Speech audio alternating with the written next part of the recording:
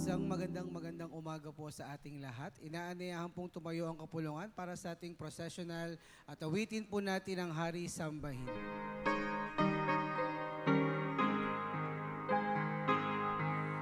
Hari Sambahin sa kataasan, awitin ang kanyang pagmamahal. Siya'y tanggulan sa lahat ng araw, at sa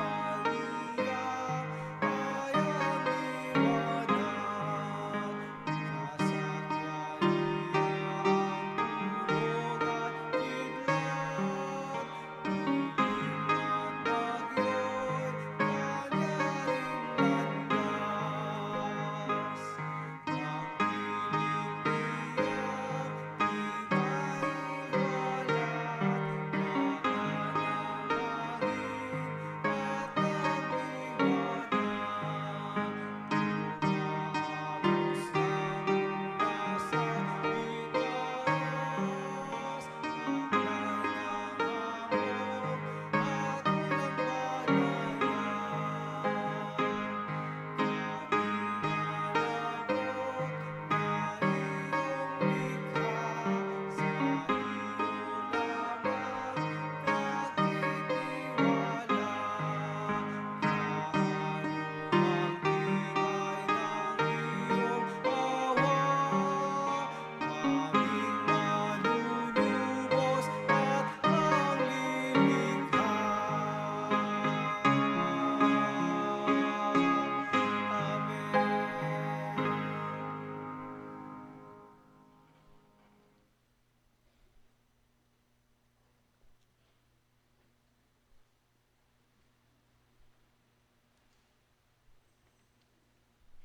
Purihin ang Panginoon, awitan ng bagong awit.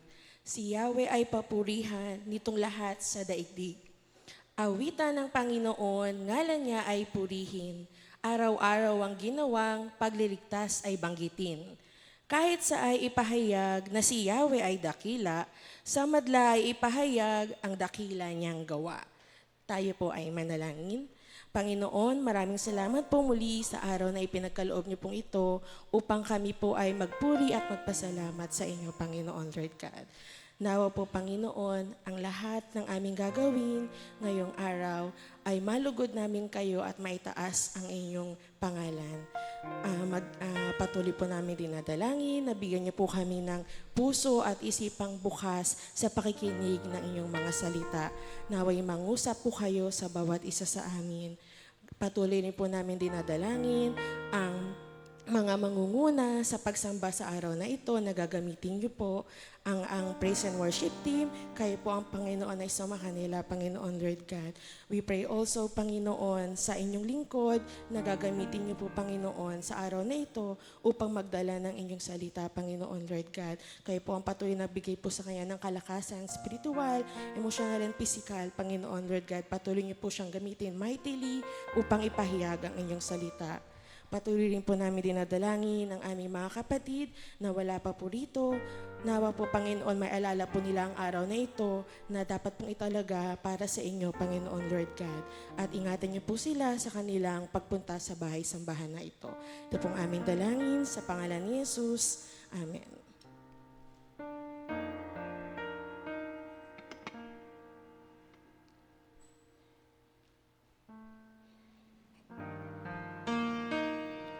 Magandang umaga po sa bawat isa.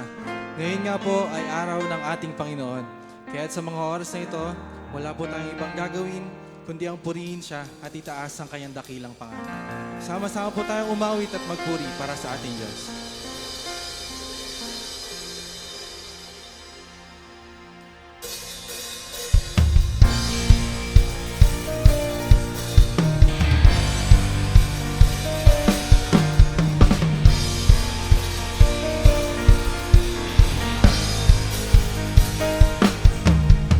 Lagi po, O Diyos,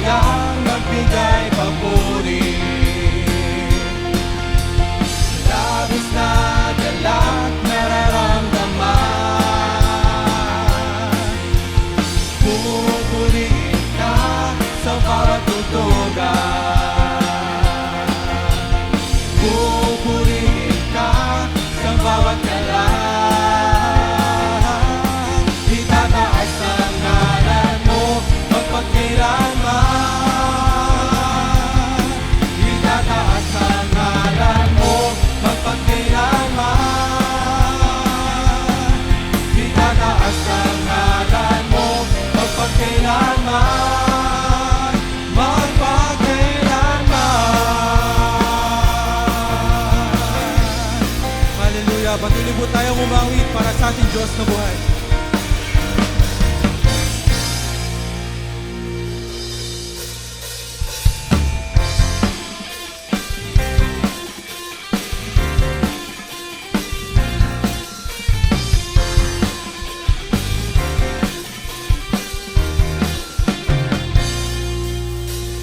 Pagpupurit pagsamba namin sa iyo lamang, Diyos na makapangyarihan, magpakailanman.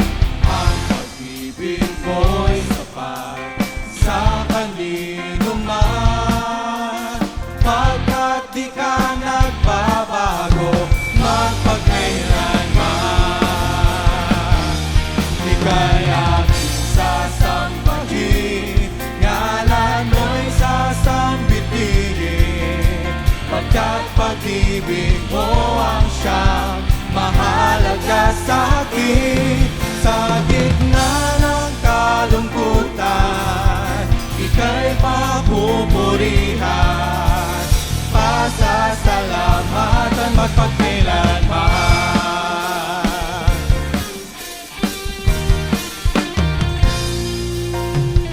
Pagpupurit pagsamba tanging sa iyo lamang, Diyos na makapangyarihan, magpakailanman. Ang pag-ibig mo'y sapat sa kanino man, pagkat di ka nagbabago, magpakailanman.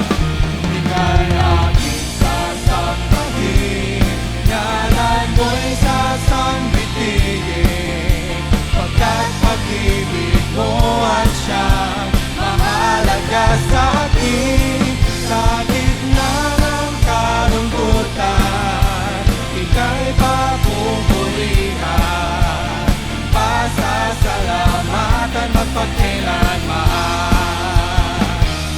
Ika'y aking sasambahin, ngalan mo'y sasambitin, pagkat pag-ibig mo ang siyang mahalaga sa akin. Sa gitna ng kalungkutan, ika'y papupurihan, pasasalamatan magpakailanman. Ika'y aking sasambahin, ngalan mo'y sasambitin, pagkat pag-ibig mo ang siyang mahalaga sa akin. Sa gitna ng kalungkutan, ika'y papupurihan, pasasalamatan magpakailanman. Ika'y aking sasambahin, ngalan mo'y sasambitin, pagkat pag-ibig mo ang siyang mahalaga sa akin. Sa gitna ng kalungkutan, ika'y papupurihan, pasasalamatan magpakailanman. Pasasalamatan magpakailanman. Pasasalamatan magpakailanman. Hallelujah! Palakpakan po natin ang ating Diyos na buhay.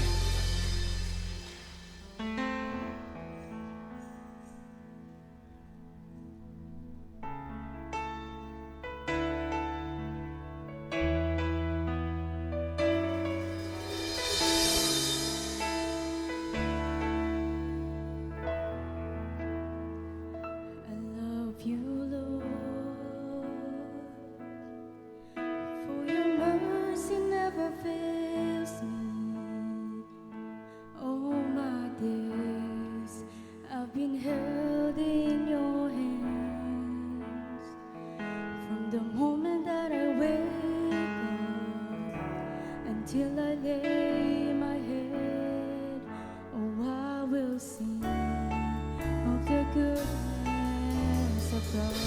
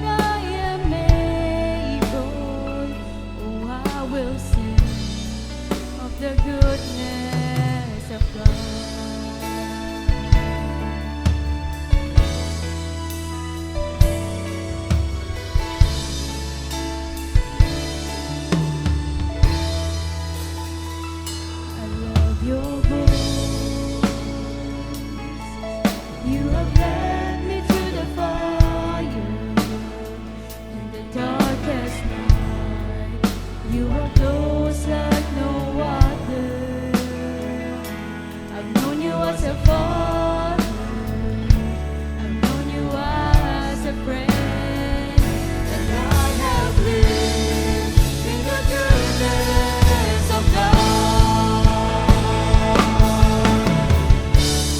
All my life you have been faithful. All my life you have been so, so good.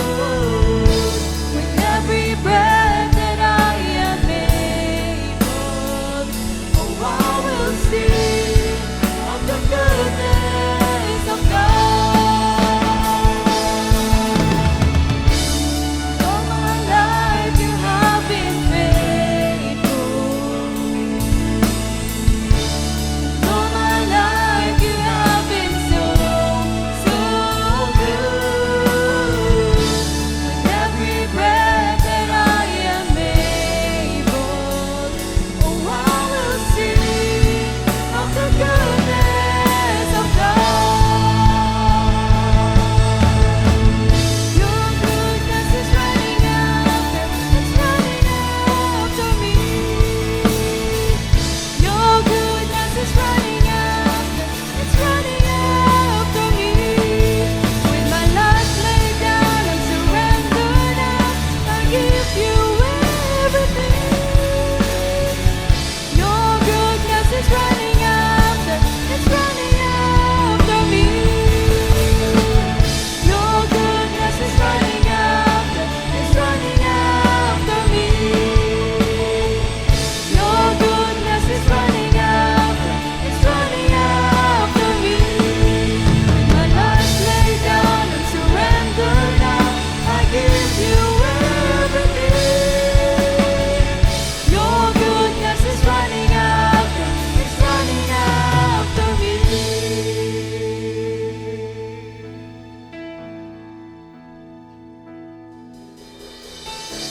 And all my life you have been faithful. And all my life you have been so, so good. With every breath that I am able, oh, I will sing of the goodness of God. And all my life you have been faithful. And all my life you have been so, so good. With every breath that I am able, oh, I will sing of the goodness of God. And all my life you have been faithful. And all my life you have been so, so good. With every breath that I am able, oh, I will sing of the goodness of God.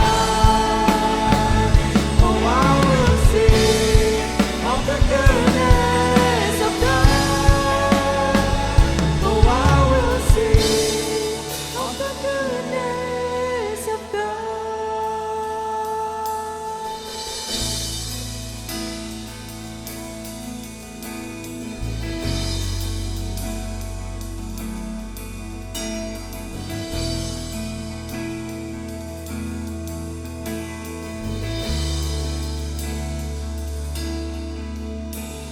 Hearts fall short.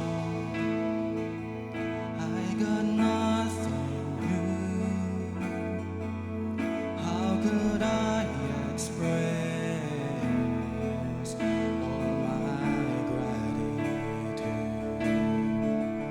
I could sing these songs as I often do. Every song must end, and you never do. So I throw up my hands and praise you again and again. is a hallelujah, hallelujah. And I know it's not much, have nothing else fit for a king, except for a heart singing hallelujah, hallelujah.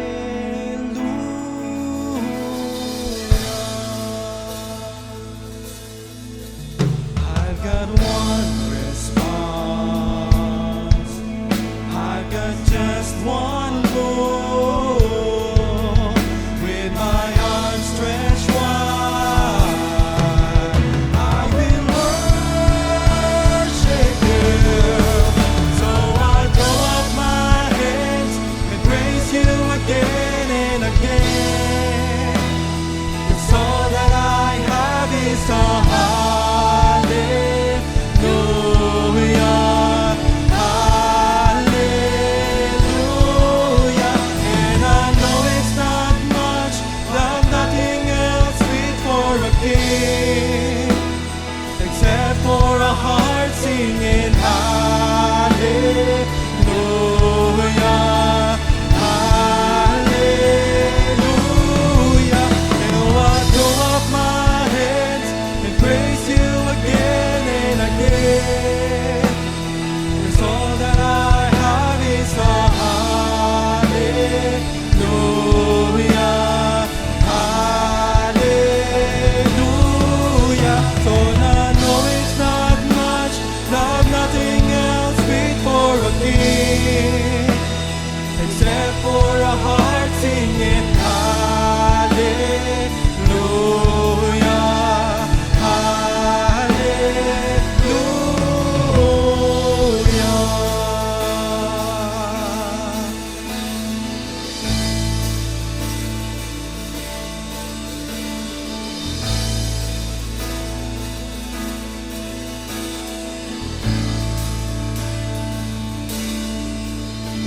So come on, my soul, oh don't you get shy on me, lift up your song, 'cause you've got a lion inside of those lungs.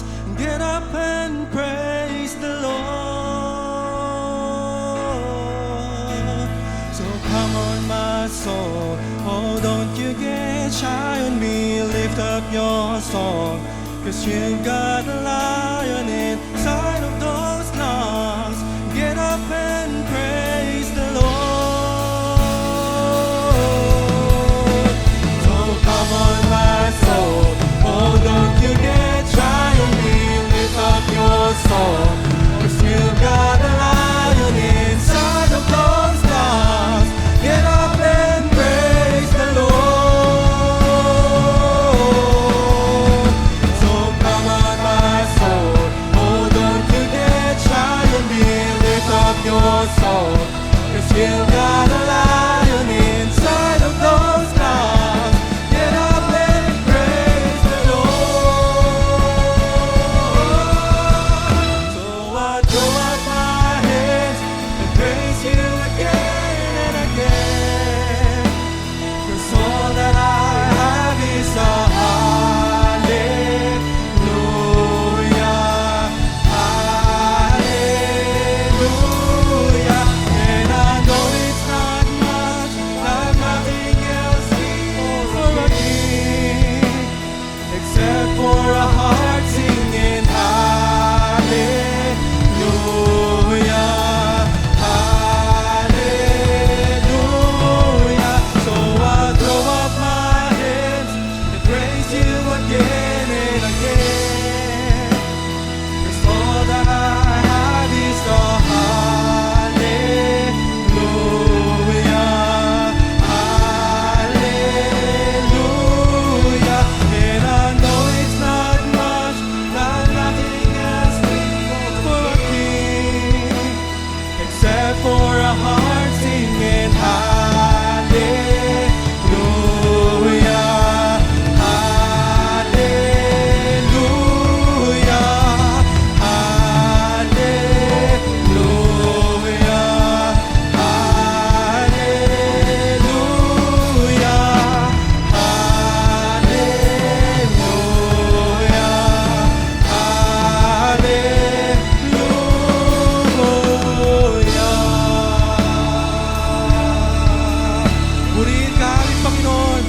walang hanggang papuri at pagsamba para lamang sa iyo. Hallelujah, hallelujah. Isang malakas na palakpak para sa ating Diyos sa buhay.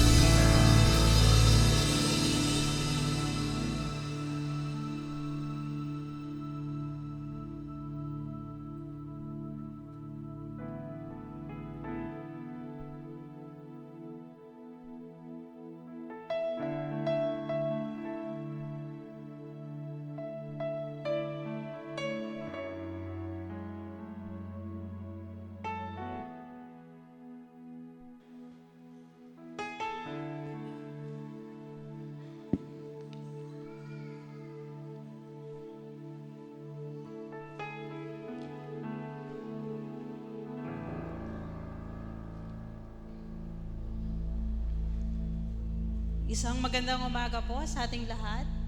Morning po. Ayan, purihin po ang Panginoon dahil minsan pa nakasurvive tayo sa dalawang bagyo na dumaan sa ating lugar. No po, salamat sa Panginoon dahil tayo po ay nagkakatipon ngayon at alam po natin ang Diyos ang patuloy na nag-iingat at nagliligtas sa atin. Tayo po ay tumatalakay sa paksang The Marks of an Excellent Ministry. Actually, hindi po ito yung katapusan kasi we're going to discuss this topic sa loob po ng 2 buwan. Kaya next week, maririnig, sa mga susunod na linggo po, maririnig pa rin natin yung ilang mga aral patungkol po sa ministeryo ni Apostol Pablo. Alam naman po natin kung paanong ginamit ng Diyos si Apostol Pablo upang maraming makakilala sa ating Diyos. At ang lahat po ng ito ay dahil lang sa biyaya ng Diyos. Alam naman po natin yung patotoo ni Apostol Pablo. Siya na dating tumutuligsa o sabi nga nagpa-persecute sa mga mananampalataya. Pero one time, kinatagpo siya ng Diyos sa daang Damasco and ito po yung nagbago ng buhay ni Apostol Pablo. From being Saul, siya ay tinawag na Pablo, kinatagpo siya ng Diyos at binago siya ng Diyos. At naniniwala po ako na ang bawat isa sa atin sa oras na ito ay nakaranas ng pagliligtas ng Diyos. Naniniwala po ako na hindi yung hindi yung kinalakihan natin ang dahilan kung bakit tayo pumupunta sa church para sumamba, kundi dahil sa relasyon na mayroon tayo sa Diyos. At sa ating pong pagtalakay o sa patuloy na pagtalakay sa paksang ito, titingnan po natin ang isa pa sa marka ng excellent ministry sa buhay ni Pablo. At ito rin po yung panalangin natin na maging ang ating iglesia. Na hindi man natin matularan ang ministeryo ni Pablo, hindi man natin matularan ang ministeryo ng Panginoong Hesus nang siya ay nandito sa lupa, pero magawa natin yung kanyang ipinapagawa sa atin. At sa talata po na ating pagbubulayan sa unang Thessalonica chapter 2 verses 7 to 8, sinasabi po that an excellent or the mark of an excellent ministry, it nourishes the newborn. Ito po ang ating pag-uusapan. It nourishes the newborn. Ang tanong po sa atin sa pagtalakay natin sa paksang ito, ilang taon na po kayong mananampalataya? Maaring yung iba kapag tinanong, di ba, sa mga singer, kailan ka nagsimulang kumanta, bata pa lang kumakanta na. Pero ang tanong po sa atin, tayo po, ilang taon na po tayong mananampalataya? Maaring sasabihin ng iba nga, na bata pa lang ako, nasa church na ako. Pero hindi po yun ang tanong. Ang tanong po natin, ilang taon na kayong mananampalataya? Ilang taon na mula nung tinanggap nyo si Jesus bilang Panginoon at sariling tagapagligtas? Ilang taon na mula nung kayo ay magkaroon ng personal na relasyon sa Diyos? Meron po ba dito na, sabi nga natin, Christian o mananampalataya na 5 years and above? Meron po ba? Pwede po bang itaas ang kamay? Hindi ko naman po kayo pagre-recite ng verse, pero gusto ko lang makita, sino po dito yung mananampalataya na 5 taon pataas? Meron po ba? Gano'n man kataas siya, pero 5 taon pataas. Sino po naman dito yung 2 to 4 years ng mananampalataya? Okay, wala po. Sana mataas na po. Sino naman po dito yung mga buwan pa lang hanggang 1 taong mananampalataya? Wala po. Ibig sabihin, halos lahat ay matagal na sa pananampalataya. No, kasi sabi nga po natin, ibig sabihin ba, hindi na para sa atin ang sermon na ito, no po? Kasi regardless of our edads in faith, no po, ang message po na ito ay para sa atin. Kaya ko po tinatanong kung sino dito yung ilang buwan pa lang sa pananampalataya hanggang sa 1 taon, kasi kayo yung pwede nating sabihin na bago sa pananampalataya. And kung kayo ito, no po, kung ilang taon pa lang kayo, 1 buwan, hanggang 1 taon, no po, pwede nating sabihin na sa pamagitan ng sermon na mapapakinggan natin ngayon, you know what to expect sa ating church. Alam po ninyo yung mga bagay na dapat ninyong asahan na dapat gagawin sa inyo ng church. No po? Kasi nga, bago pa lang kayo sa pananampalataya. Pero kung ang bawat isa po sa atin, 2 hanggang 4 o 5 pataas, no, pwede nating sabihin na kayo ay matagal na sa pananampalataya, ibig sabihin po na yung maririnig po natin ngayon, ito po yung mga bagay na dapat nating ginagawa sa mga bago sa pananampalataya. Ito po yung mga bagay, no, na sabi nga po natin, it nourishes the newborn. Hindi po ito dapat ginagawa lang ng mga tagapanguna sa iglesia, pero kung ikaw mismo, alam mo na matagal ka na sa pananampalataya, dapat ito ay ginagawa mo na sa mga bago sa pananampalataya. Yun nga lang, no po, sabi nga natin, katulad po ng edad natin, minsan din naman talaga, na ang paglago sa pananampalataya ay hindi mabibilang ng edad, no po. Sabi ko nga, dapat maging maingat din sa pagsasalita dito dahil, syempre, ayaw po nating, kapag kinumpara po natin yung development physically ng mga tao, no po, merong mga tao na talagang delayed sa kanilang physical growth, no po. At sabi nga natin, merong mga tao na sabi nga, they have special needs. Merong mga tao na sabi nga natin, again, no po, sabi ko nga, ayaw kong maka-offend o baka meron akong masabi na somewhat maging offending. Lalo na kapag meron tayong manghal sa buhay na sometimes, sabi nga natin, mentally, hindi naman challenge, kundi may pagkakataon na delayed, no po. Pero yun nga, sabi nga natin, maaring sa physical, merong mga ganong tao, no po, and nakikita natin yung challenge kung paano sila ititreat, no po, paano sila aalagaan. And sa katotohanan din naman, no po, na merong mga mananampalataya na merong mga special needs. No? Sino yung mga may special needs?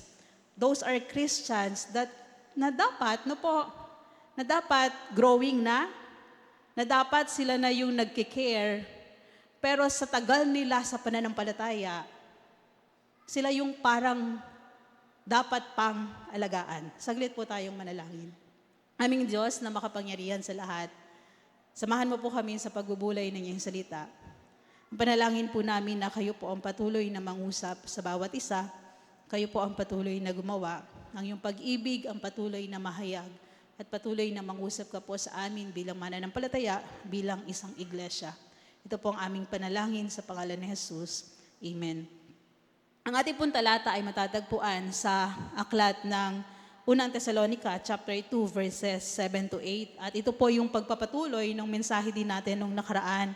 Ang sabi po sa talatang 7 hanggang 8, bagamat may katuwiran kaming maghintay niyon bilang mga apostol ni Kristo, naging magiliw kami sa inyo tulad ng isang mapagkalingang ina sa kaniyang mga anak. Dahil sa laki ng aming pagmamahal sa inyo, itinalaga namin ang aming sarili sa pangangaral sa inyo ng mabuting balita. Hindi lamang iyan, pati na aming buhay ay ihahandog namin kung kakailanganin. Lubusan na kayong napamahal sa amin. Ito po yung pahayag ni Apostol Pablo sa iglesia sa Tesalonica. No po, sabi nga po natin, ang iglesia sa Tesalonica, nung sulatan ito ni Apostol Pablo, bago pa lang po sila sa pananampalataya. According po sa scholars, possible na ilang buwan pa lang silang na-establish, possible na nasa 1 taon pa lamang po sila. No po, Kaya sabi nga natin, yung paghahalin tulad ni Apostol Pablo sa pagkalinga niya sa iglesia bilang isang anak, no po. Makikita natin dito, no po, kasi kung makikita po natin mamaya sa story, no, yung story, yung timeline, no po, saan ba siya nanggaling bago siya pumunta sa Thessalonica, and then nasaan ba siya nung sinulat niya yung aklat sa Thessalonica. Again, no po, it nurtures the newborn. Kanina, tinanong ko po kayo, possible naman yung iba, nahihiya lang din talagang magtaas ng kamay, no po. Pero again, sabi nga natin, regardless of our age o ng edad natin sa pananampalataya, tingnan po natin ang mensahe sa umagang ito. Una, tayo ba yung nangangailangan ng pagkalinga? O pangalawa, tayo ba yung dapat nagpapadama ng pagkalinga sa iba rin naman? Kasi sa susunod, magkakaroon po tayo ng tawag doon, ng harvest event, no po, na yung panawagan po sa atin na magdala ng pwedeng bahaginan ng salita ng Diyos. Katulad po na nabanggit ko po, no, sa passage po natin, makikita po natin kung paano i-describe ni Apostol Pablo. No, pansinin po natin kung paano i-describe o inilarawan ni Apostol Pablo yung kanyang ministeryo. Kumpara unlike dun sa ibang mga passages, no po, hindi niya ikinumpara yung kanyang sarili sa isang soldier, hindi niya ikinumpara yung kanyang sarili sa isang guro o sa isang farmer, no po, katulad ng ginawa niya sa ibang sulat niya. Pero dito po, ang paglalarawan na ginawa niya is katulad ng isang ina, showing that an excellent ministry starts with a gentle care. Sa umaga pong ito, no, sa liwanag ng unang Thessalonica, chapter 2, verses 7 to 8, tingnan po natin, paano ba tayo makakapag-nurture sa mga bagong mananampalataya. Possible din naman kasi, no, na hindi sila pumupunta sa church, pero meron tayong mga nakakasama na bago pa lang din naman sa pananampalataya. Kahit wala sa loob ng iglesia, kapag meron po tayong nakakasalamuha na bago sa pananampalataya, ano po yung unang o mga bagay na ating gagawin. Sa talatang 7, yan, 8 po yung nakalagay dyan, pero sa talata pong ito, pero makikita po natin, how are we going to nurture? Sabi nga, with gentle care. No po, sabi nga sa talata, makikita po natin, bagamat may katuwiran kaming maghintay niyon bilang apostol ni Kristo, naging magiliw kami sa inyo tulad ng isang mapagkalingang ina sa kanyang anak. Katulad po nung nabanggit ko kanina, no po, yung paglalarawan ni Apostol Pablo sa kanyang sarili bilang isang nanay, no po, nurturing, no? Pag sinabi nga po nating nanay, hindi lang ito yung basta nanay na nangangalaga doon sa kanyang anak na malalaki na, kundi ang kanyang inaalagaan is baby pa, no po? Kaya makita natin, how did Paul care for the believers in Thessalonica? Hindi lang naman po sa mga kapatiran o hindi lang sa mga mananampalataya sa Thessalonica, kundi paano nyo ba inaalagaan yung mga mananampalataya na kanyang nabahaginan ng salita ng Diyos. Una, na makikita po natin, sabi nga po, with gentle care, how did Paul care for believers in Thessalonica? Una, sabi po, with soft approach. He did not demand anything. He come to them with humility and kindness. Ang sabi po sa talatang 7, no po, sa unang bahagi, bagamat may katuwiran kaming maghintay niyon bilang mga apostol ni Kristo. No po, ano ba yung sinasabi niya na actually kung makikita po natin, no, si Apostol Pablo, palagi niya sinasabi, pwede siyang mag-demand sa church na kanyang pinupuntahan. No po, sinasabi niya na pwede siyang humingi ng tulong, pero ang sabi niya, hindi niya ito ginagawa sa kanila, kundi, sabi nga, nagtatrabaho siya, and hinahayaan niya na ang Diyos ang mag-provide sa kanyang pangangailangan. No po, doon sa verse 6, ito po ay tinalakay nung nakaraan, pero kung titingnan po natin, sabi doon, yung sinasabi na hindi kami naghahangad, no, o hindi namin, bagamat meron silang, pwedeng nilang i-demand, pero hindi nila ginagawa. Sa verse 6, ang sabi po, hindi kami naghahangad ng papuri ninyo o ninuman. No, sa pagmiministeryo ni Apostol Pablo, andun yung sabi nga natin, very patient po si Apostol Pablo dun sa kanyang approach sa mga kapatiran. No po? At sabi nga natin, may mga kapatid sa pananampalataya na, no po, alam niyo naman yung term na natitisod. No? Kasi katulad nung nabanggit ko kanina, tinanong ko kayo, gaano na kayo katanda o katagal sa pananampalataya. Pero sabi nga natin, merong mananampalataya na sabi nga, hindi man spiritually challenged, no? Pero iba-iba yung paglago no? Na yung mga dapat hindi na nagdaramdam, minsan sila pa yung unang nagdaramdam, no? And pagpunta nila sa church, of course, everyone should expect no, na makakarinig tayo ng salita ng Diyos. And kung minsan, no po, merong mga tao na as they hear the word of God, sa halip na makita nila na nangungusap ang spirito, ang banal na spirito sa kanila, sa isip nila, pinapatamaan sila. No po, I mean, again, sabi nga po natin, with soft approach, na malumanay, no po, sabi nga ni Apostol Pablo, natutunan niyang pakisamahan lahat ng uri ng tao. Sabi niya, sa mahihina, naging mahina, no po, sa malalakas, no, naging malakas. Pero si Apostol Pablo, alam niya paano i-deal yung mga ganitong mga uri ng mananampalataya na sabi nga natin, nakakaramdam ng ganito, no po. At sabi, isa rin sa makikita natin, sabi nga po, yung paghahangad ng papuri. Sabi niya, pwede naming hingin yan Sabi po, we can demand it, pero hindi namin ginagawa. No po, sabi niya, bagamat may katuwiran kami maghintay niyon bilang mga apostol ni Kristo. And, again, no po, sabi nga natin, bagamat si Apostol Pablo, pag tinignan natin, may pagkakataon din naman talaga na naging harsh, no po. Hindi naman harsh, kundi parang tough love ba. No? And makikita rin naman talaga natin, even Jesus, maraming pagkakataon na sabi nga, napaka-patient niya sa mga alagad.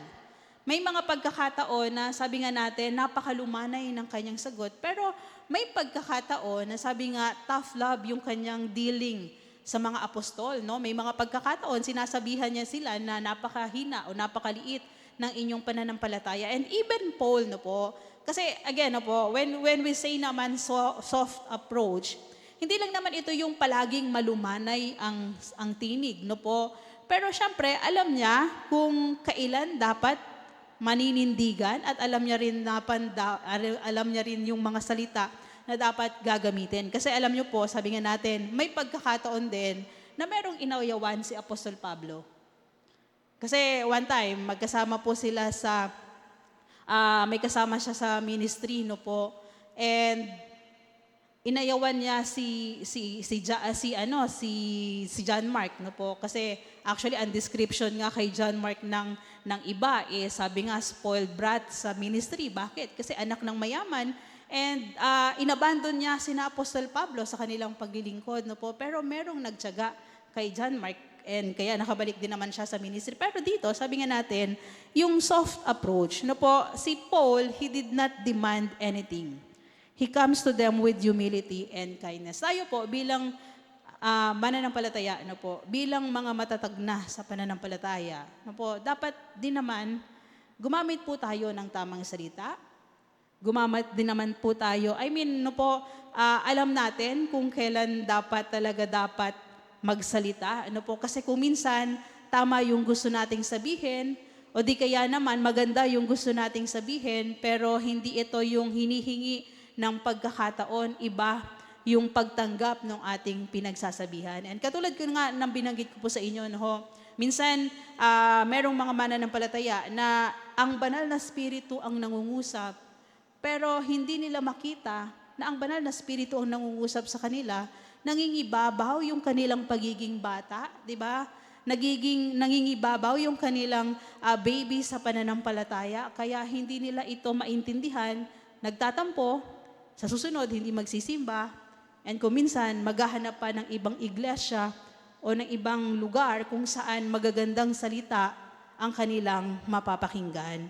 Pangalawa, paano ipinakita ni Pablo yung kanyang pangangalaga o pag-aalaga, yung care sa mga iglesia o sa iglesia, sa mga kapatiran sa Thessalonica with tender touch.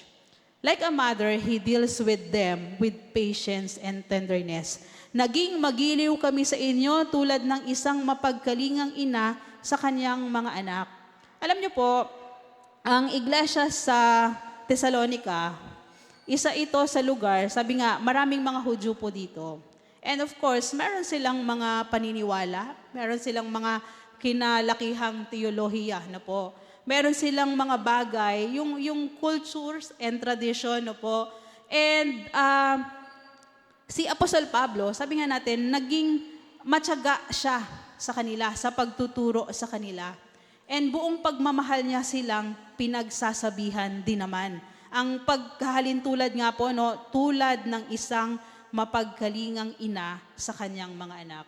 Di po ba, yung mga nanay, kuminsan kapag magagalit, kapag kailangan pagalitan yung anak, kuminsan yung mga nanay yung nagsasalita. Bakit?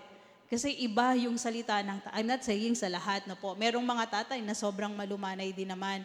Pero again, sabi nga po natin, when it comes to discipline, kuminsan, yun nga, again, no po, pag sinabi nating disiplina, dapat parehas ng mga magulang. Pero yung mga nanay, di po ba, kahit ang tata, pag nagagalit na ang tatay, yung nanay nakaabang sila. Bakit? Kasi alam nila na iiyak yung kanilang anak.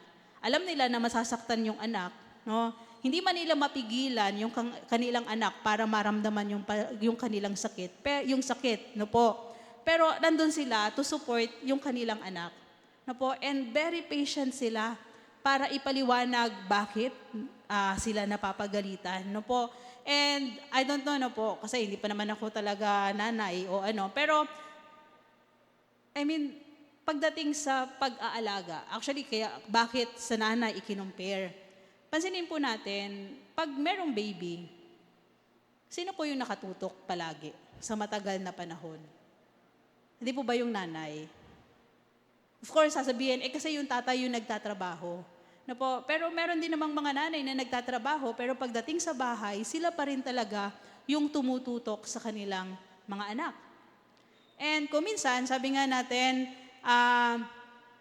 kapag dating ng anak sa bahay, kapag wala yung tatay, hindi naman hinahanap ko minsan eh. Pero kapag dating nung anak, nandun yung tatay, wala yung nanay, ang tanong, nasan si nanay? Diba? Pero again, no po, hindi po natin pinag-uusapan no, yung role talaga sa pamilya. Pero nais po nating makita kung paanong yung isang magulang o yung nanay ay nangangalaga sa kanyang anak. No po, 'di ba? Talagang tinututukan, talagang iniisa-isa. Pansinin po natin kapag halimbawa sa pag nag-aaral na yung mga anak, sino po yung karaniwang nagtututor o nagtuturo sa mga baby o sa mga anak? Hindi po ba yung nanay? Kasi mas matyaga sila sa pagtuturo sa kanilang mga anak. Di ba? Na pagdating sa sila yung unang magche-check, meron bang assignment, ano ba yung assignment, ano yung kanilang ginagawa. No po, pangatlo, sabi nga, paano pa ipinakita ni Pablo yung kanyang care sa iglesia with consistent attention. Paul consistently guide and support them. Tulad ng isang mapagkalingang ina sa kanyang mga anak. No po, yung pag-guide. Si Pablo po, sabi nga natin, after kasi nila na umalis sila sa Thessalonica, meron silang ilang pinuntahan. And then pagdating nila doon sa Corinto, no po, sinulat niya yung aklat ng Thessalonica sa Corinto. And habang sila ay nandoon, from time to time, chinecheck niya, ano daw bang nangyayari sa iglesia. And doon, sabi nga po natin, habang nasa Corinto, pinadala niya si Timoteo, pumunta ka sa Thessalonica, dalhin mo tong sulat. No po, bakit? Kasi during that time, the church sa Philippi, sa Thessalonica, no po, bago pa lang sila sa pananampalataya, pero nakakaranas na sila ng persecution. Bakit? Kasi merong mga Hudyo na nanggugulo. And also, they are exposed sa false teachings. No? Kasi hindi naman talaga Christian yung lugar, kaya to make sure na tama yung kanilang aral na mapapakinggan, from time to time, igina-guide and sinusupport pa din sila ni Apostol Pablo. And panghuli, sabi po, with protective care. He looked out for them, guarding them from influences that could weaken their faith. Po, hindi lang dahil siya yung nagpasimula sa gawain, kundi bilang mananampalataya at kinikilala niya na ama sa pananampalataya ng mga kapatiran sa Thessalonica, he make sure na tama yung turo na kanilang mapapakinggan. Na yung kanilang pinag-aaralan, ito ba ay tama sa bagamat wala pa yung banal na kasulatan, kundi tama ba yung teolohiya, tama ba yung itinuturo nito? Kasi sabi nga po, kasabay ng kanilang pag-aaral, kasabay ng kanilang pagsamba, meron na ring mga false teachers during that time. And again yung mga Hudyo, hindi sila, yung mga Hudyo, hindi talaga nila i-give up yung kanilang kinalakhang pananampalataya. Kaya nga, pag tiningnan po natin yung ministeryo ni Apostol Pablo, maraming kaguluhan ang nagpasimula yung mga Hudyo, yung mga hindi kayang i-give up yung kanilang pananampalataya. Paul, sabi nga po, he nurtures the Christians, the new believers with gentle care. Like a mother patiently nurturing her child, let us patiently walk with new believers. Maging patient po tayo. Paano yan, Jack? Wala naman nagtaas ng kamay. Maring walang nagtaas ng kamay, pero makikita po natin kung paano naman namumuhay yung mga kapatid natin sa pananampalataya.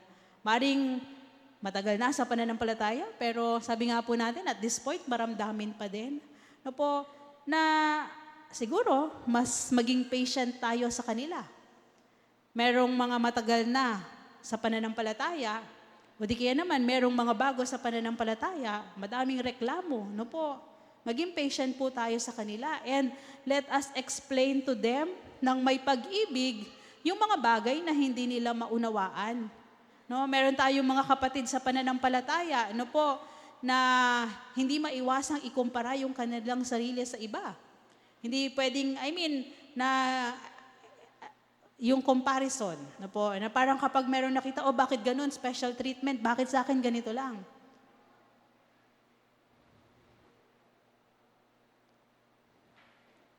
Let's be patient with them.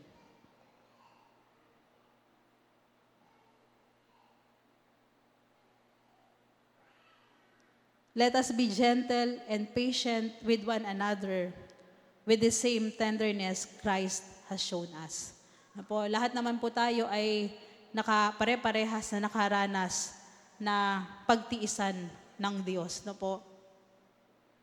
Regardless of our, sabi nga natin, age sa pananampalataya, bawat isa sa atin meron pa ring mga kanya-kanyang struggles. Bawat isa po sa atin, sabi nga, merong mga ugali na hindi natin mabitawan. And possible, meron sa atin na merong kasalanan na ine-enjoy pa rin gawin. Of course, hindi natin dapat i-tolerate. Hindi po natin dapat ipagwalang bahala kung ang ating kapatid ay nakikita natin gumagawa ng kasalanan. Pero sabi po, katulad ng halimbawa ni Pablo, maging patient po tayo sa kanila. Kasi pag tinignan natin si Pablo, parang napakabilis nung turning point meron po sa atin, there's no question, we accepted Christ as our Lord and Savior. Pero baka yung talagang encounter, paano ba, alam mo, naligtas ka, pero hindi mo magawang makapamuhay ng matatag sa pananampalataya. Dahil hindi pa talagang naisusuko ang buhay kay Kristo. Sabi ko nga po, baka yung iba nga na nahihiya lang talagang magtaas ng kamay, kung gano'n ba na talaga sila katanda sa pananampalataya.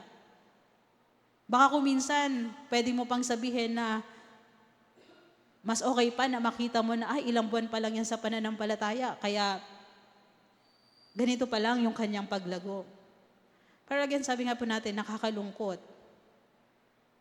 Kung sobrang tagal na natin sa pananampalataya, tayo pa rin pala yung dapat pagtiisan. Matagal na tayo sa pananampalataya, pero tayo pa rin yung dapat i-consider baka magtampo. I mean, sabi, no, soft. Sana naman wag niyong sabihin na, akala ko ba soft, bakit yung salita ni Jack ganito? Pero ito po yung katotohanan eh.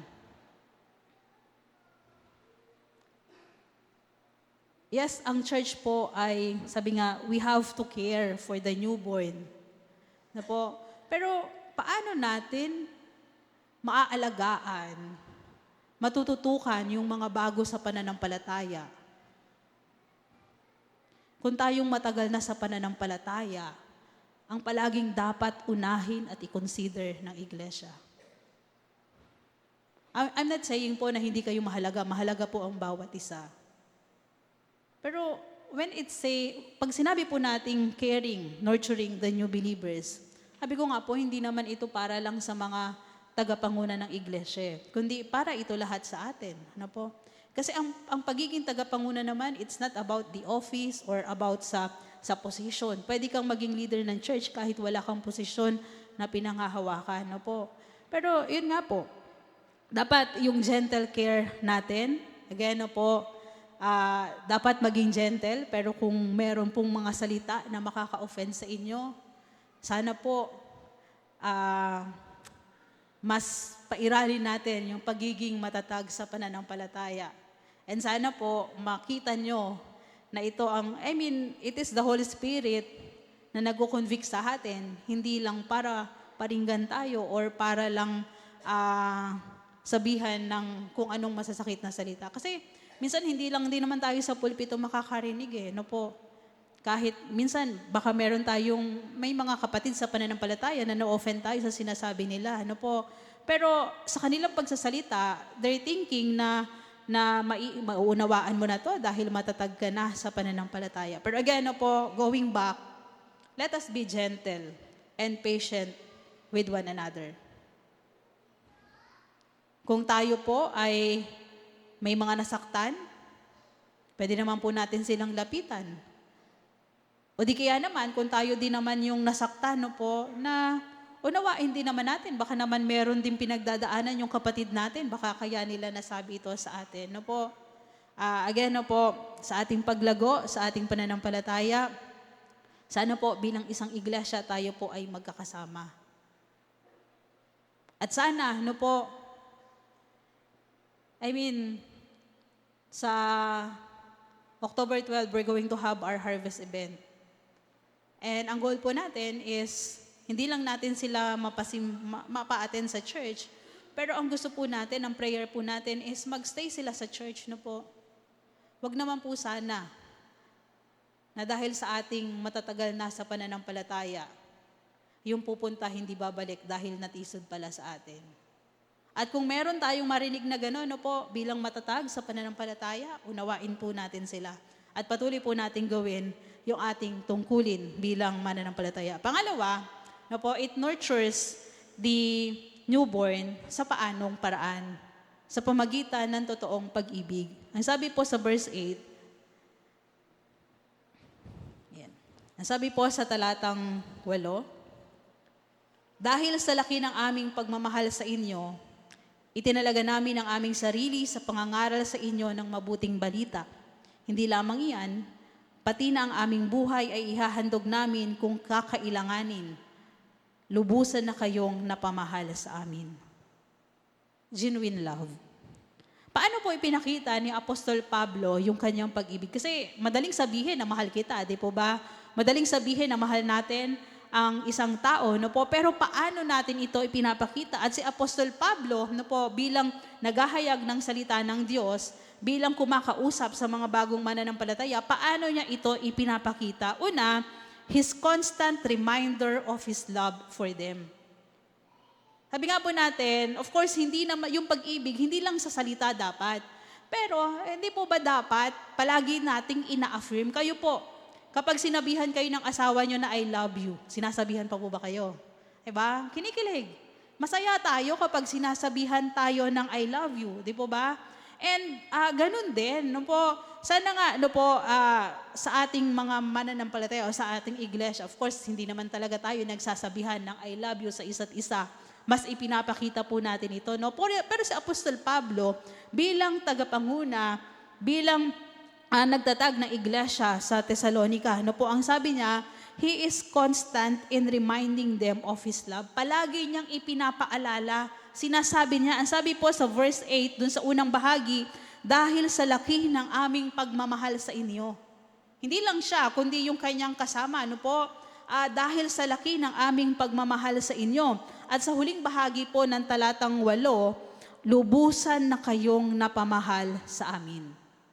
Ano po, tayo po, kung hindi man tayo vocal sa pagsasabi ng I love you sa pamilya natin, sa mga kapatid natin sa pananampalataya, pero nare-remind ba natin sa kanila na mahal natin sila?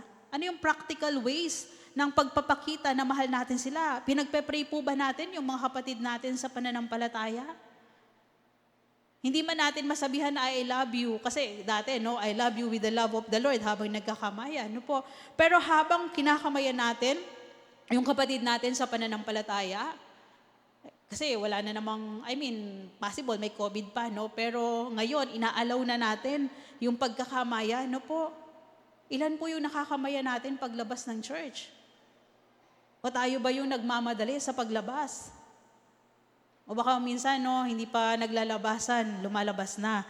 Pero, hindi pa oras ng paglabas, lumalabas na. Pero again, no po, his constant reminder of his love for them. Hindi ka bawasan sa kanya na sabihin na mahal niya yung iglesia o yung mga kapatiran at lalong higit, no po, ipinapakita niyo ito sa kanila. Sa paano pang paraan? No po, ipinapakita yung pag-ibig niya, his commitment and desire to teach them. Ang sabi po sa talatang 8, itinalaga namin ang aming sarili sa pangangaral sa inyo ng mabuting balita. Imagine, yung pag-aaral ni Apostol Pablo. Actually, dalubhasa na naman sa kasulatan si Apostol Pablo kasi siya ay Pariseo, di po ba? Marami na siyang alam. Pero syempre, patuloy siyang nagsasaliksik at patuloy siyang nangangaral. Pagpunta niya sa isang lugar, di ba? Hahanapin niya kung yung sinagoga. Kahit alam niya na merong mga magagalit sa kanya, pinapangaral niya yung mabuting balita. Katulad po nung kaya nga meron po tayong diakono, no po. Yung original na dahilan bakit may mga diakono. Ang sabi po nung mga apostol, pipili sila ng mga tagapaglingkod. Bakit? Kasi para maitalaga nila yung kanilang sarili sa pangangaral ng salita ng Diyos. At ganoon din po tayo. Sabi nga po natin, bawat isa sa atin, meron po tayong pananagutan to share the gospel. Di po ba? Hindi mo pwedeng sabihin sa kapatid mo na mahal kita without sharing, without intending them to know Christ. Kasi ito yung mapalad tayo kung tayo ay lumaki sa isang Kristiyanong pamilya. Pero paano kung ikaw lang yung mananampalataya sa bahay ninyo, di ba? Paano mo sasabihin na mahal kita, pero hindi mo ipinapahayag sa kanya yung mabuting balita? Sa mga kasama natin sa trabaho, di ba? Paano natin ipapakita na mahal natin sila without sharing the gospel? Opo, pero si Apostol Pablo, sabi nga yung commitment niya and yung desire niya na sila ay maturuan. Bakit? Dahil alam niya na maraming dapat matutunan ang iglesia, ang mga kapatiran. Po, tayo po may Sunday school. At sa desire po ng church na kayo ay matuto, meron po tayong Sunday school. Dahil sa desire po ng church na kayo ay lumago sa pananampalataya, meron po tayong mga small groups. Meron po tayong mga kapisanan. Meron po tayong mga pag-aaral pa katulad ng mga SOD classes. Po, ito ay pagpapakita na mahal po kayo ng iglesia. At ang mga kapatid sa Thessalonica, buong galak silang nag-aaral ng salita ng Diyos. Ang sabi po ni Apostol Pablo doon sa unang talata, no, hindi nawala ng kabuluhan ang pangangaral namin sa inyo. Bakit? Kasi doon sa mga sumunod na talata, sila na mismo yung nagpapahayag ng mabuting balita. At sinabi pa ni Apostol Pablo na kapag pupunta sila sa isang lugar, hindi na namin kailangang maghayag ng mabuting balita. Bakit? Kasi una nang nagpahayag ang Tesalonika, iglesia sa Tesalonika. Paano nila nagawa? Kasi tinuruan po sila ni Pablo. Sabi nga po natin, hindi naman talaga natin alam ang lahat eh. Maraming iba sa atin natatakot magsalita sa unahan. Pero alam nyo po, if we have that desire, handa po ang church na tayo ay tulungan, na tayo ay turuan. Marami po tayong leadership training na ipiniprepare.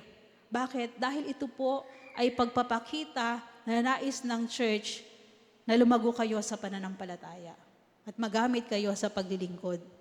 His commitment and desire to teach them. No po, dahil merong maling katuruan, di po ba? Nung mga nakaraan po, for 2 years, nagkaroon po tayo ng doctrinal class. Bagamat hindi po natin natapos ang Green Book, pero ito po yung effort ng church, no po, para ma-guide tayo sa tamang doktrina. Maunawaan natin ano ba yung pinapanampalatayanan ng ating iglesia. Ito po yung effort ng church. No po, again, hindi man natin matapatan yung effort ni Paul, pero nais po nating makita na ang iglesia po ay sumusunod sa kung ano ang nais ng Diyos na dapat na ginagawa natin. And pangatlo po, no, proof of Paul's love, his readiness to sacrifice for them. Ang sabi po sa talatang 8 pa, hindi lamang iyan, pati na ang aming buhay ay ihahandog namin kung kinakailangan. It is not an empty word or an empty promise na po sa church ng Thessalonica.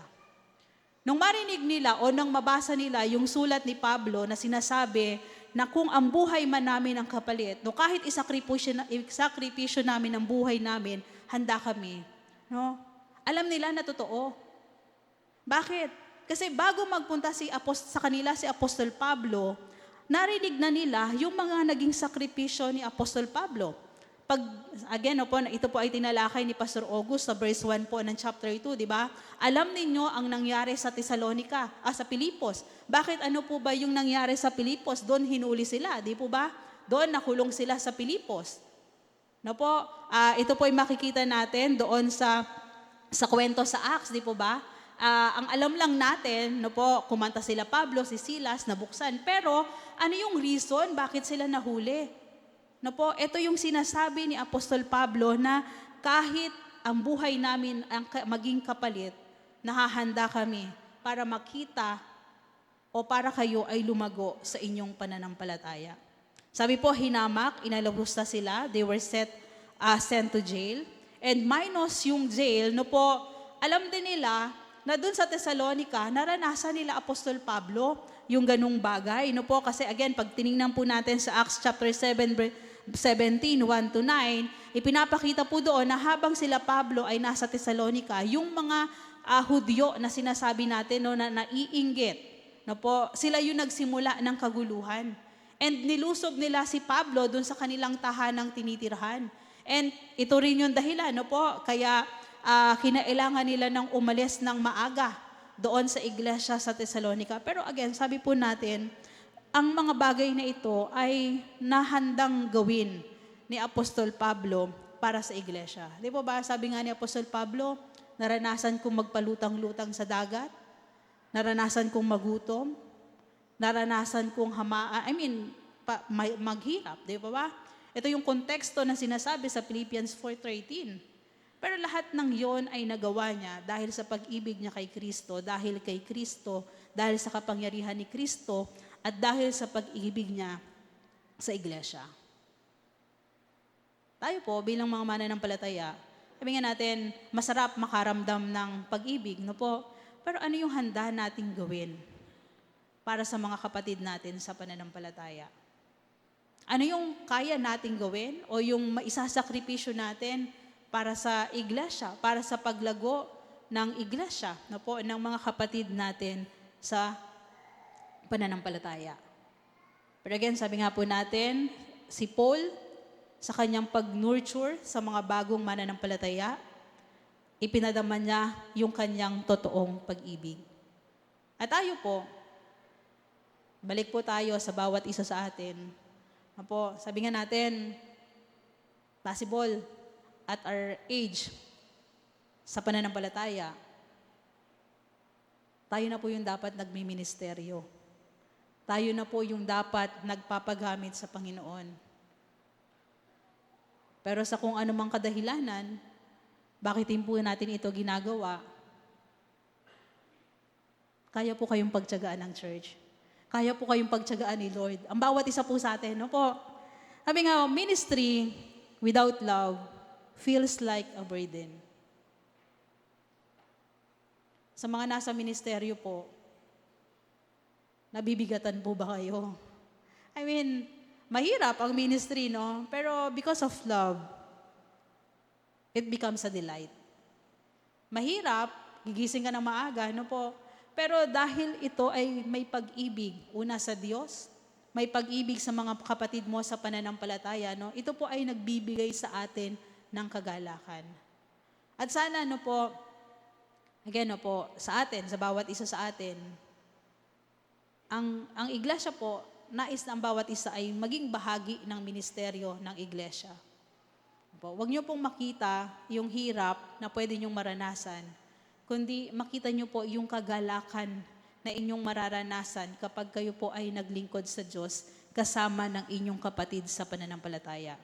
Growth comes when people sense they are genuinely valued and loved. Opo. Kaya sabi ko po sa inyo kanina, ito po ay hamon sa buong iglesia. Sana nga, yung pag-ibig ni Kristo po ang nakikita sa bawat isa. Sana nga po sa bawat ginagawa natin, ang nahahayag kung gaano tayo minamahal ng Diyos at kung gaano tayo nahahandang magpadama ng pag-ibig sa bawat isa. Growth comes when people sense they are genuinely valued and loved. An excellent ministry nurtures the newborn. It is marked by gentle care and genuine love, just as Jesus Christ has loved or has cared and loved us.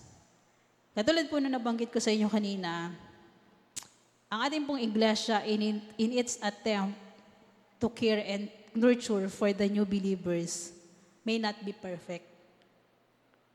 Marang yung iba sa inyo, sabihin, hindi ko naman nararamdaman yung pag-ibig sa church na yan. Baka yung iba sa inyo, hindi naman ako nabe-bless sa church na yan. Maring ito po yung damdamin nyo. Pero ang church po natin is doing, maybe hindi best effort, pero ginagawa po ng church ang kanyang makakaya para sumunod po sa utos ng Diyos. Meron pong mga umaalis, but it doesn't mean we're not doing our job. Sino po yung mga katabi nyo dati na wala dyan? Nasaan po sila ngayon? Nasa bahay? O nasa ibang church? Again po, hindi ko po tinatry na i-defend ang church. Kasi sabi ko nga po, hindi naman tayo perfecto eh. Marami po tayong pagkukulang, marami po tayong, kapag tiningnan tayo from the outside o kahit ng mga nasa loob, possible po, marami pa rin silang masasabing hindi maganda sa church. Pero naniniwala po ako na ginagawa naman po ng church yung kanyang pagkatawag. Na po, maring yung iba sa inyo nasasaktan ng church, no po. Pero, again, sabi po natin, baka naman, dapat din naman na lumago po tayo sa pananampalataya. Na baka naman pala kaya tayo nasasaktan na yung mga bagay na hinahanap natin sa church, tayo na po yung gumagawa.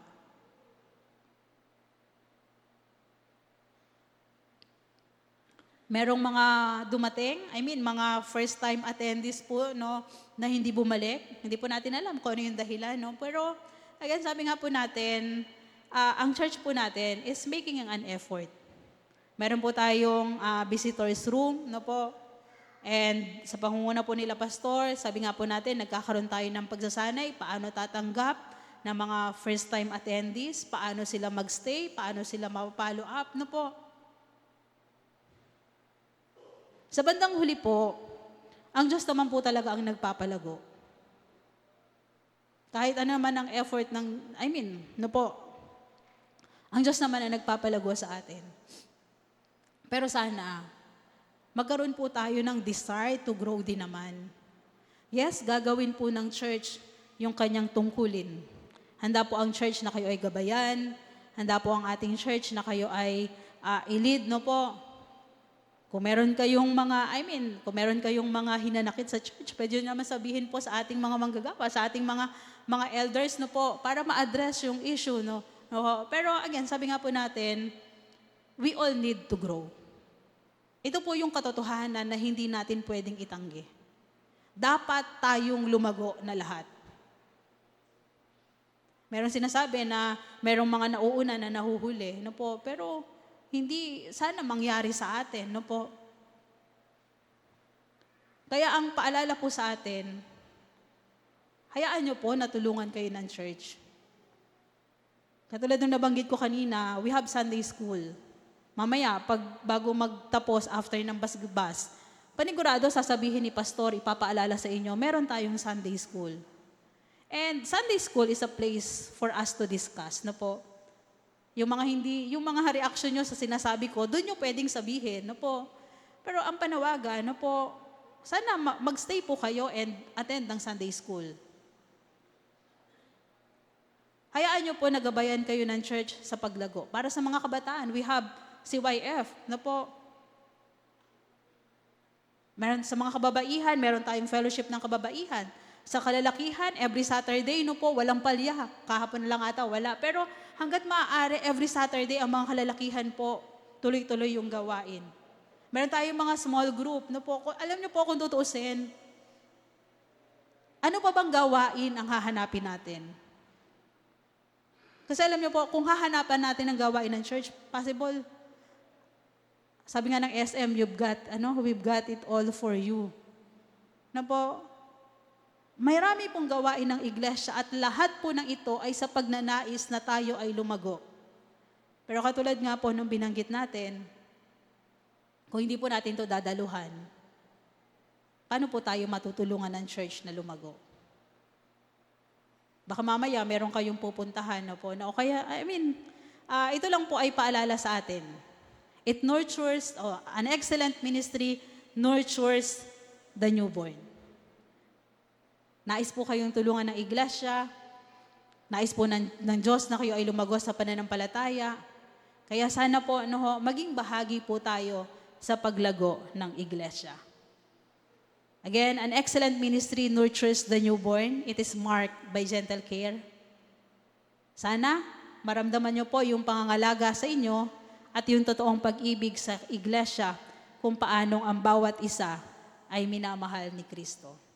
Po, katulad ng nabanggit ko rin kanina, sa bandang huli at the end of the day, ang Diyos po ang magpapalago sa atin. At nawa, sama-sama tayong lumago sa ating pananampalataya at sama-sama tayong makapaglingkod sa Diyos ng may pag-ibig sa Kanya. Tayo po ay manalangin. Aming Diyos na makapangyarihan sa lahat, sa iyo po ang papuri.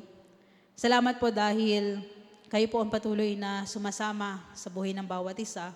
Salamat po dahil kayo po ang nagbibigay sa iglesia ng kakayahan, ng mga laga sa kanyang mga mananampalataya, sa mga sumasampalataya sa iyo. Ang panalangin po namin na sama-sama po kami sa paglago at maitalaga po namin ang aming sarili sa paglago at paglilingkod sa iyo. Ang panalangin po namin, maging pagpapala kami, lalong higit sa mga bago pa lamang sa pananampalataya at sa pamamagitan ng aming mga buhay, sila man ay mahamon sa paglilingkod sa iyo. Sa iyo po ang papuri, sa iyo po ang pasalamat sa pangalan ni Jesus. Amen. Magandang umaga po at pagpalain po tayo ng Diyos.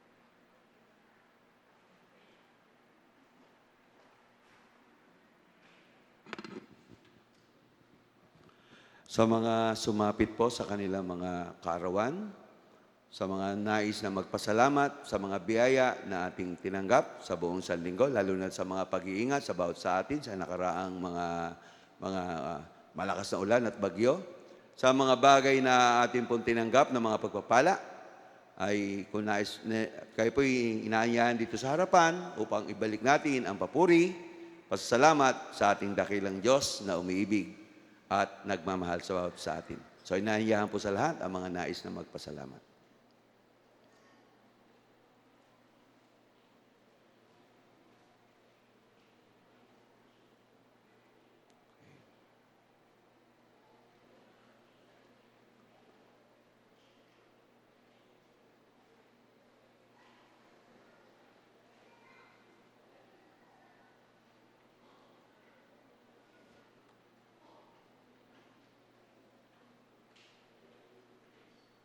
Tayo po ay sama-samang manalangin. Idalangin po rin natin ang mga kapatid natin na nasa harapan.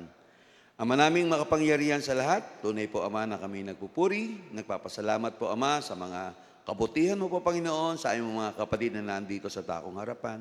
Salamat, Panginoon, sa pagbibigay sa kanila ng panibagong taon, mga kaarawan sa kanilang buhay, Panginoon.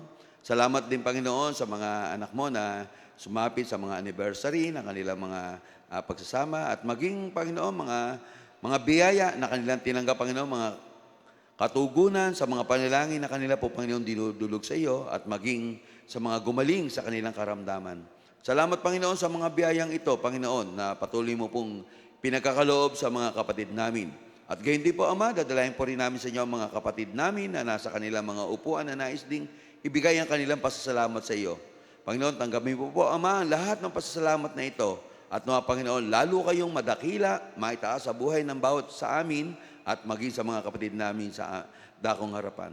Panginoon, hinihiling po namin sa inyo na sa pamagitan ng inyong mga abang lingkod ay maibigay ang basbas sa bawat sa kanila. Ito po ang aming dalangin sa pangalan ni Jesus. Amen.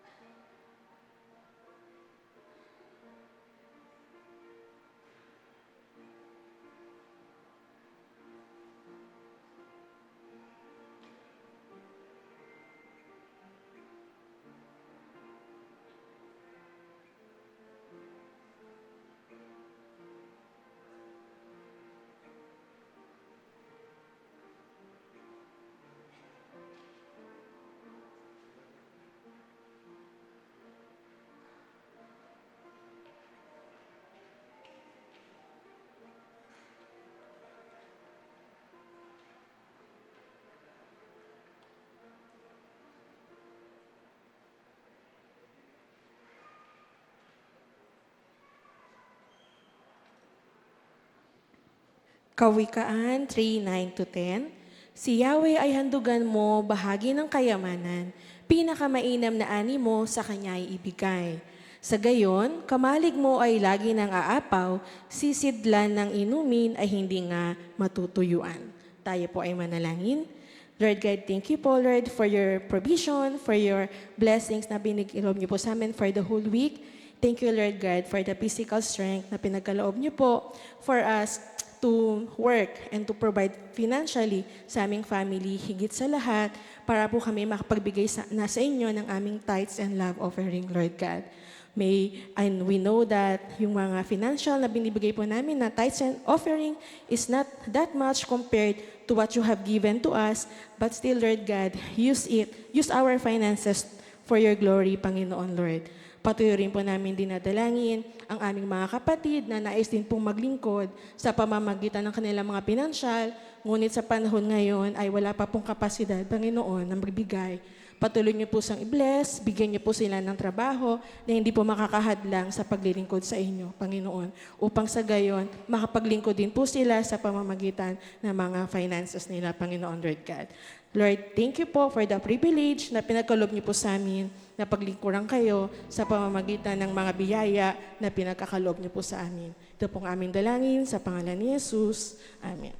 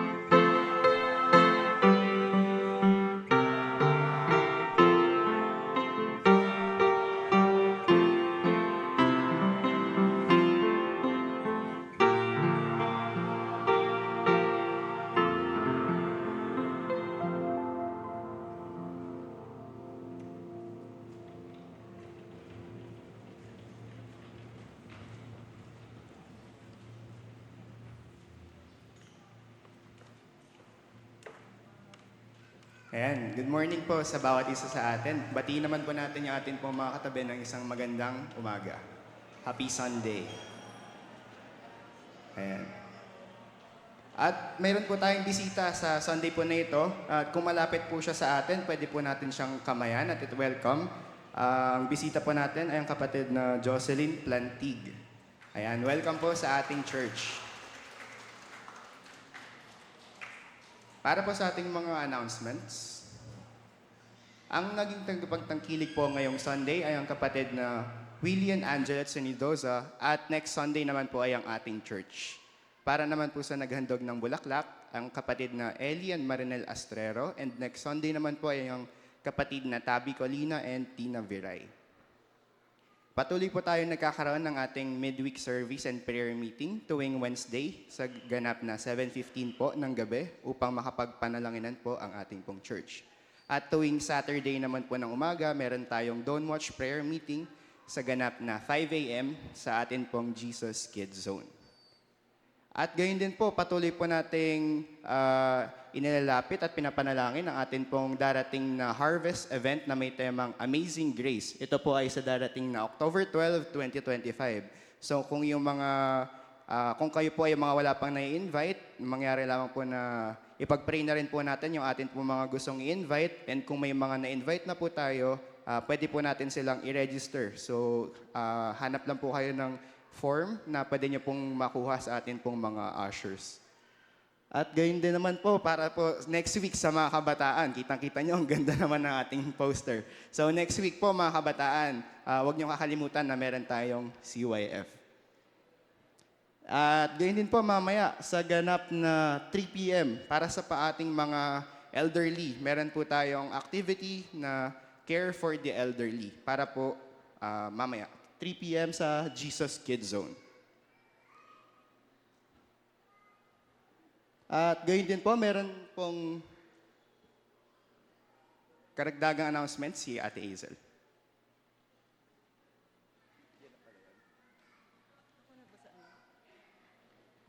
Ayan po, sorry. Magandang umaga po. Para naman po sa ating mga kababaihan ay magkakaroon po tayo ng Cavite 4 activity po sa darating na October 19 sa ganap na 2:00 po ng hapon. Gaganapin po sa UCC Cavite Pisa. So maari lamang po na sa mga nais pong sumali at dumalo po ay magpa-register lamang po mamaya pagkatapos po ng ating pananambahan. Lapitan po lamang po natin si kapatid na Jenny o ako po mamaya po. Ito po ay merong tema na Ignited for His Glory. So sana po makasama po namin kayo. And patungkol din naman po dito ay ang ating church po, ang ating mga kababaihan ay magbibigay po ng tanging bilang. Kaya po para po sa ating pagpa-practice ay magkakaroon po tayo ng pagpa-practice next Sunday after po ng ating Sunday School. So yun lang po, tayo pong lahat ay tumayo para po sa ating doxologia.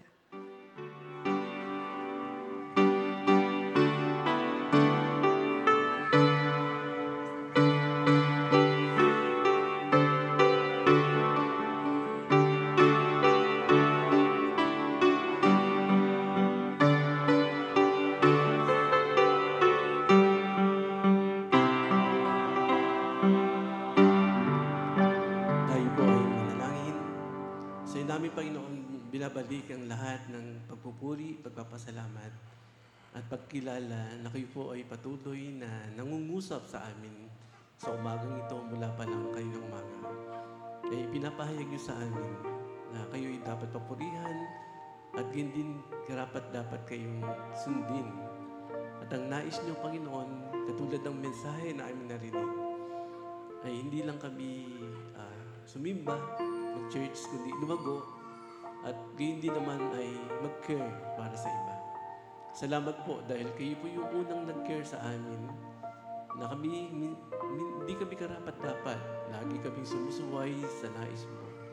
Pero yung pagmamahal at pagkalinga ay patuloy niyong ipinapadama sa amin. Salamat po sa buhay ni Apostol Pablo na ipinahayag niyo sa amin sa kanyang mga sulat. At loobin niyo po ang mensaheng ito ay patuloy na tumimo sa aming puso't isipan at isakatuparan namin upang magamit mo kami at gayon din maalalayan, matulungan ang bawat isa na ligit yung mga bago sa pananampalataya. loobin niyo po na ang mensaheng ito ay hindi lang namin marinig, sa gawa namin at patuloy po namin matutunan sapagkat ito yung nais mo. At sa pagtatapos po, Diyos, ng aming sama-samang pagsambag, paintulot niyo po na may taas sa kamay na yung lingkod upang may gawad ng basbas na nagmumula sa inyo. Sa Kanya na makapag-iingat sa inyo upang hindi kayo magkasala at makapag-harap sa inyo ng walang kapintasan at may malaking kagalakan sa iisang Diyos na ating tagapagligtas sa pamamagitan ni Jesucristong ating Panginoon. Sa Kanya ang kapurihan, karangalan, kapangyarihan mula pa noon, ngayon at magpakailanman. Amen.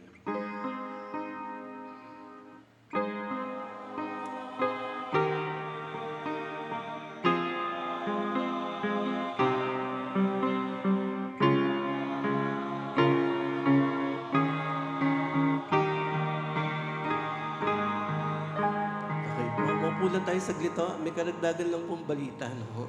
Patungkol po ito doon sa ating nalalapit na harvest event. No? Inaasahan po natin ang bawat isa ay nananalangin, nagkikare. At kung meron po kayong kinikare o pinapanalangin, pakibigay lang po yung pangalan para po may isama din sa panalangin. At the same day po, magkakaroon po ng counselor training sa Sabado. Doon po sa mga counselor na minessage ko, yung iba pong kapatid natin, meron po tayong gagawing counselor training sa Sabado po, alas 9 ng umaga hanggang 11:30 dito po sa church. No po. At kung may mga pahabol pa kayo na pangalan, pakibigay na lang po o message nyo kami para may sama natin doon sa list na ipapanalangin at the same time para ma-invite nyo po. Okay? So inaasahan po natin na tayong lahat ay kabahagi sa sa harvest event nito at gayon din po yung pagkalinga, yung pagpapala, pagsunod doon sa nais ng Panginoon. Okay po, magandang umaga po at magkamayan po tayo at meron tayong Sunday School pa rin para tayo lalong lumago sa pagkakilala sa Panginoon. God bless po sa ating lahat. Pupurihin ka sa bawat tugtugan.